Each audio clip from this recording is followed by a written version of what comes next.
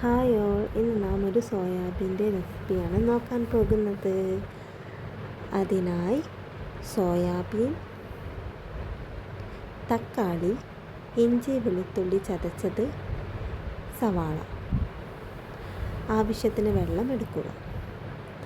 Gas on ചെയ്ത് pan വയ്ക്കുക. Pan ചൂടാവാൻ wait ചെയ്യാം. പാൻ ചൂടായതിന് ശേഷം ഓയിൽ ആഡ് ചെയ്യാം. ഓയിൽ ചൂടാവാൻ വെയിറ്റ് ചെയ്യാം.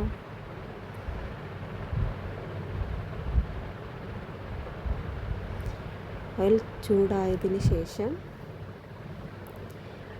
ഇഞ്ചി വെളുത്തുള്ളി പേസ്റ്റ് ആഡ് ചെയ്യാം.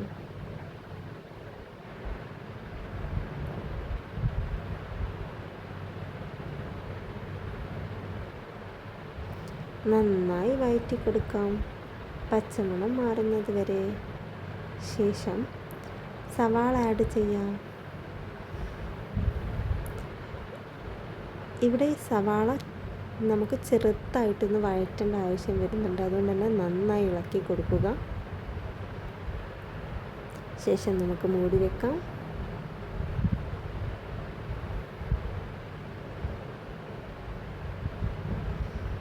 സവാള ആവശ്യത്തിന് വഴറ്റി കിട്ടിയിട്ടുണ്ട്. ഇനി നമുക്കിതിലേക്ക് തക്കാളി ആഡ് ചെയ്യാം.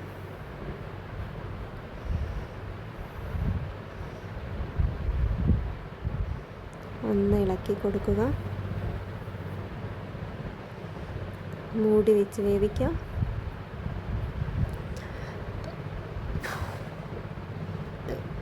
മസാല ആഡ് ചെയ്യാം.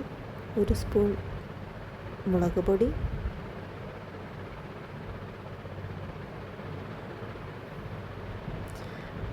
1/2 സ്പൂൺ മഞ്ഞൾപ്പൊടി, ആവശ്യത്തിന് ഉപ്പ് ആഡ് ചെയ്ത്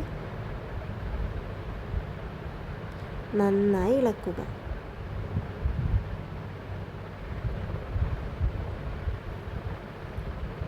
ഒരു 2-3 മിനിറ്റ് നന്നായി ഇളക്കുക. ഈ പച്ചമണം മാറുന്നത് വരെ നമുക്കൊന്ന് വെയിറ്റ് ചെയ്യാം. ശേഷം നമുക്കിതാ സോയാബീൻ ആഡ് ചെയ്യാം. ഈ സോയാബീൻ നമ്മൾ മുളക് പൊടി, മഞ്ഞൾപ്പൊടി, ഉപ്പ് ആവശ്യത്തിന് ചേർത്ത് കുഴച്ച് വെച്ച സോയാബീനാണ്. ഓക്കെ, നമുക്ക് കുറച്ച് വെള്ളം ആഡ് ചെയ്യാം. ശേഷം നന്നായി ഇളക്കി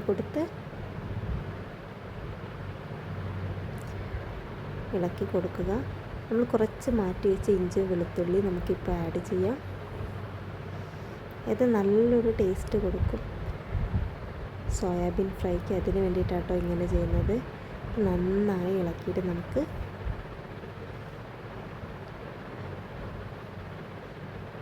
മൂടി വെക്കാം. ഇതാ നമ്മുടെ സോയാബീൻ റെഡി ആയിട്ടുണ്ട്. ഒരു പ്ലേറ്റിലേക്ക് ചോറ് ആഡ് ചെയ്യാം. ശേഷം സോയാബീൻ വിളമ്പാം. ഇതാ ഇന്നത്തെ നമ്മുടെ ലഞ്ച് റെഡി.